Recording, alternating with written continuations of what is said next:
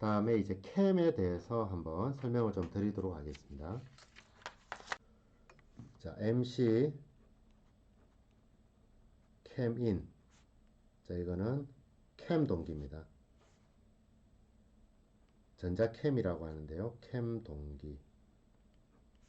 그리고 이 동기를 풀어주는 게 MC 캠 아웃 또는 MC 기어 아웃 펑션을 가지고도 동기를 해제를 할 수가 있습니다. 자, 캠 동기 같은 경우는 뭐 동일합니다. 마스터가 있고요.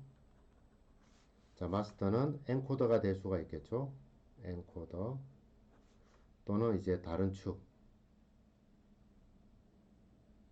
축에 어떤 모터 엔코더 값을 불러들여서 동작을 할 수가 있습니다. 그리고 가상축이 되겠죠. 가상축 전자적으로 위치값을 생성해내는, 자, 이 부분을 RM이라고 한다고 했죠. 그리고 이 부분을 VM, Virtual Master, Real Master 라고 이제 말씀을 좀 드렸습니다.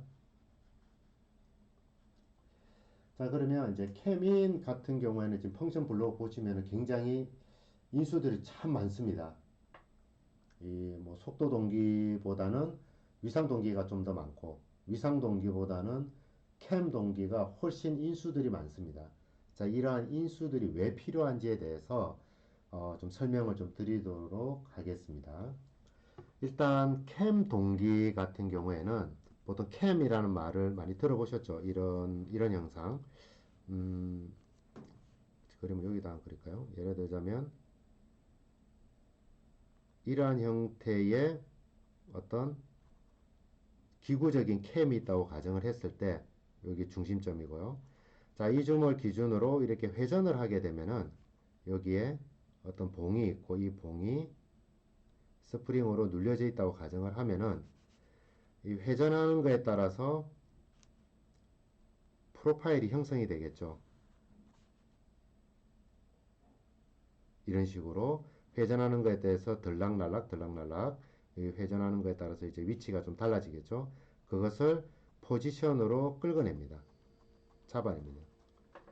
그래서 캠 동기는 이러한 기구적인 캠을 전자적으로 모델링을 해서 사용한다고 봐주시면 됩니다. 그래서 이 안에는 이와 같은 캠 테이블이 존재한다고 보시면 됩니다. 그래서 이런 식으로. 자, 근데 캠은 360도 기준이죠. 360도. 이거는 180도. 이거는 제로도. 그래서 보통 이 각도를 마스터라고 합니다. 마스터 포지션이라고 하고, 이 각도를, 이 기울기, 이쪽 수직축을 슬레이브 포지션이라고 표현할 수가 있습니다.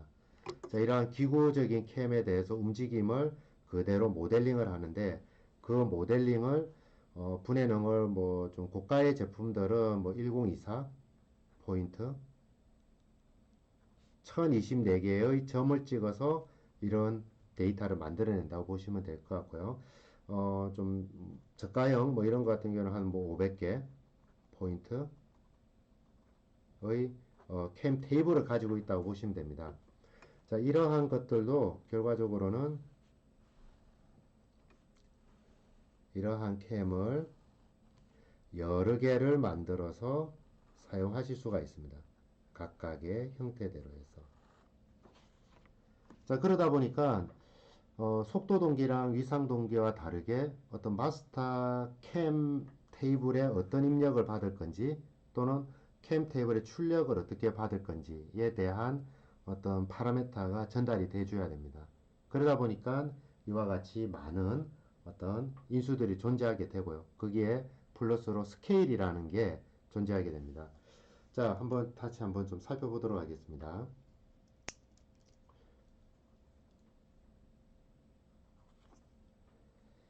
자, 원래대로라고 하면은 지금 여기 지금 펑션 블록 여기 나와 있는 MC 캠 인 내 펑션 블록에는 보시면은 마스터 오프셋 여기 있네요. 슬래브 오프셋. 네. 자, 마스터가 들어오면은 자, 이 부분도 잠시만요. 이게 지금 레이시오가 없죠? 네, 레이시오가 이쪽에 좀 빠져 있네요. 기업 전자기업이가 시스템에 따라서 좀 차이는 있습니다. 어, 오프셋이 존재합니다. 첫 번째. 자, 요것을 마스터, 페이스, 오프셋이라고 합니다.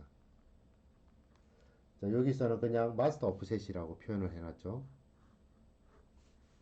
그래서 엔코더의 값을 받아서 리얼 마스터건, 볼철 마스터건 받아서 쭉 이렇게 전달이 됩니다. 만약에 예를 들자면 이 값이 90도다. 마스터의 위치값이 그럼 90도가 넘어와서 오프셋이 제로도면은 그대로 90이 그대로 통과가 되겠죠. 그대로 통과돼서 어디로 올라오냐면은 요 90에 해당되는 데를 와서 여기에 있는 점에 대한 데이터를 끄집어냅니다. 끄집어내서 이렇게 전달하게 됩니다. 자, 여기에 팩터가 존재하게 됩니다. 곱하기가 되겠죠. 그게 스케일링이라고 보시면 될 것 같습니다. 그래서 여기에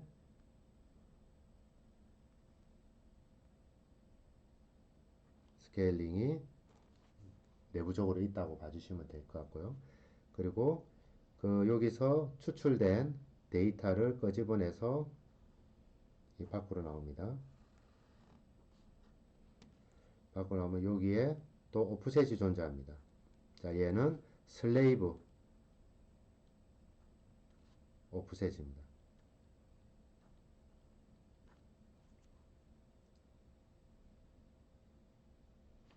그리고 거기에 대해서 가감속이 추가가 됩니다. 가속도와 감속도가 추가돼서 거기에 플러스로 이제 저크도 되겠죠. 저크도 인수를 받아서 넘어가도록 됩니다. 그런 다음에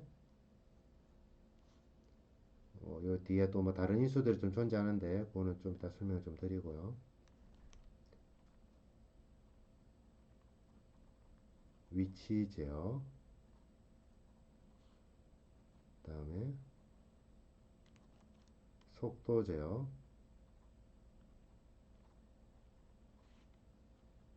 그리고 전류 제어,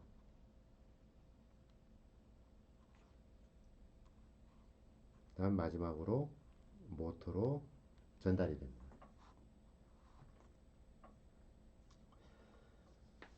캠 동기 같은 경우에는 일반적인 어떤 모션하고 좀 다르고요. 여기에는 사용자가 미리 지정한 형태의 캠 데이터를 넣어줘야 됩니다. 자, 이런 캠 데이터가 그림으로 이렇게 그리다 보니까 이 안에 어떻게 이렇게 그래프를 넣느냐 뭐 그런 의미는 아니고요. 실질적으로는 이렇게 모델링을 하게 되면은 테이블이 만들어질 수가 있습니다. 이와 같이 테이블이 만들어질 수 있습니다. 마스터, 슬레이브. 마스터가 제로도일 때 슬레이브가 제로고, 마스터가 1도일 때, 예를 들면 10도일 때 슬레이브는 뭐 예를 들면 이게 최고점이 100이라고 가정을 했을 때 10도일 때는 예를 들면 뭐 한 15다. 그 다음에 20도일 때는 뭐 15.1이다. 쭉 이렇게 전달이 될 수가 있겠죠. 그렇게 해서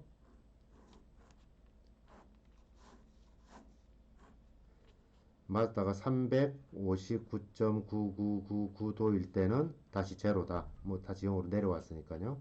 그리고 359.99 뭐 88 뭐 이래 되면은 뭐 얘는 1이다. 그 다음에 359. 뭐 제로다 하면은 뭐 1.2다.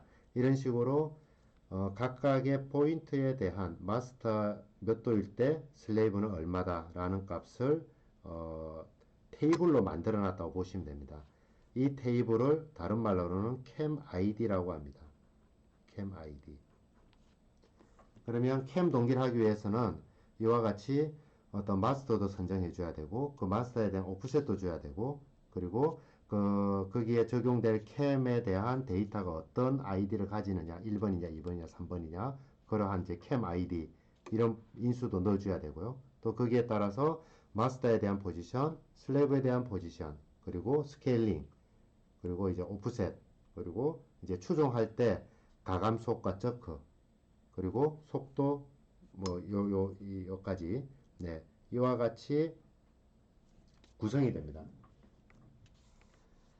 자, 그러다 보니까, MC 기어 인, 죄송합니다. MC, 캠인 같은 경우에는 인수가 굉장히 종류가 많습니다. 그래서 각각의 이러한 기능들을 다 사용하다 보니까 거기에 대해서, 값들을 다 매핑을 시켜주거나 입력을 해줘야지 동작을 하는, 예, 그러한 부분들이 있습니다. 그러면, 이렇게 왜 이렇게 복잡한 시스템을 사용을 하느냐? 라고 이제 질문하실 수가 있는데, 이러한 이제 캠 모션을 사용을 하게 되면 프로그램이 굉장히 간결해지고요. 그리고 기구가 연결된 거랑 똑같은 효과를 보실 수가 있습니다. 기구가 연결된 것처럼 동작을 할 수가 있기 때문에, 뭐 예를 들자면 이런 거죠. 지금 요 그래프 상에서 0에서 180도에서 가장 정점을 찍습니다. 이 정점이 예를 들자면 10이라고 100이라고 가정을 했을 때, 1이라고 가정하겠습니다. 1이라고 가정했을 때, 만약에, 예를 하나 들도록 하겠습니다. 모터가 있습니다. 모터가 있고, 자, 여기에 볼 스크류가 이렇게 연결되어 있다고 가정을 하겠습니다. 볼 스크류가 있고, 자, 여기에 테이블이 올라와 있습니다. 자, 이 테이블은, 자, 이 스케일링 값이 제로면 안 움직입니다. 곱하기 0은 0이니까. 그러면 여기에 다른 어떤 엔코더가 하나 있습니다. 자, 이 엔코더가 0에서 360도로 회전을 하게 되면은, 360도로 회전하게 되면은, 0에서 360도 쭉쭉쭉쭉쭉 데이터를 끌고서 이렇게 뿌려주겠죠. 0도일 때 얼마, 180도 얼마, 쭉쭉쭉쭉 해서 데이터를 가져옵니다. 그럼 만약에 이 스케일링 값이, 이게 볼스크류 피치가 10mm짜리다 기준을 잡고, 한 바퀴 돌면 10mm가 움직인다고 보시면 돼요. REV. 그러면 스케일링 값이 10이다 라고 하면은 요 1이니까 1 곱하기 10은 10. 즉, 한 바퀴, 마스터 엔코더가 한 바퀴 돌 때마다 얘는 10mm가 갔다 왔다 갔다 왔다 합니다. 자, 근데 이 스케일링 값을 만약에 100으로 했다 라고 하면은 마스터 엔코더가 한 바퀴 돌 때 얘는 100mm를 갔다가 되돌아옵니다. 굉장히 고속으로. 또는 그리고 만약에 마스터가 한 바퀴 돌 때 스케일링 값이 50이다 라고 하면은 이 부분은 50mm를 갖다가 이렇게 오는, 즉 굉장히 연속적인 동작을 행할 수가 있습니다. 그러면 이게 그냥 MC 무브 렐라티브라든지 무브 앱솔루트 이러한 위치 제어로 하면 되지 않느냐라고 이제 반문을 할 수가 있는데요. 물론 그렇게 해도 운용을 할 수가 있습니다. 그러나 캠 모션과 위치 제어 모션에는 가장 큰 차이점이 있는데, 그게 어떤 게 있냐면은 위치 제어 같은 경우에는 in 포지션이라는 게 있습니다. 어느 위치에 도달했다라는 시그널을 받습니다. 이 위치에 와야지 이 위치에 도달했다라고 해서 그 다음에 동작을 한다든지 이러한 부분들이 존재하게 되는데요. 캠 모션 같은 경우에는 이런 in 포지션이라는 개념이 없습니다. 왜냐하면 이 궤적을 추정해서 동작을 하는 거기 때문에. 그렇기 때문에 in 포지션 이 타임은 위치 제어에서는 줄일 수가 없습니다. 아무리 속도를 빠르게 하더라도. 그러나 캠 모션에서는 이러한 in 포지션이라는 개념이 없기 때문에 굉장히 정지되어 있는 것도 하나의 궤적을 추정하고 있다라는 그런 부분들이 있기 때문에 만약에 이제 고속으로 동작을 반복적인 운동을 하면서 고속적으로 동작을 해야 된다라고 했을 때는 이 캠 모션이 훨씬 더 굉장히 부드럽고 효율이 더 좋다라고 말씀을 좀 드릴 수가 있습니다. 자, 그래서 이런 이제 캠 모션 내부적으로 왜 이렇게 인수가 많은지 전달해야 되는 인수가 많은지에 대해서 설명을 좀 했습니다. 그리고 위상 동기에 대해서도 설명을 좀 드렸고요. 그리고 또 속도 동기에 대해서도 한번 저희가 좀 살펴봤습니다. 자, 그러면 다음 시간에는 실질적으로 이런 내용을 가지고 위상 제어에 대해서 프로그램을 한번 해보도록 하겠습니다.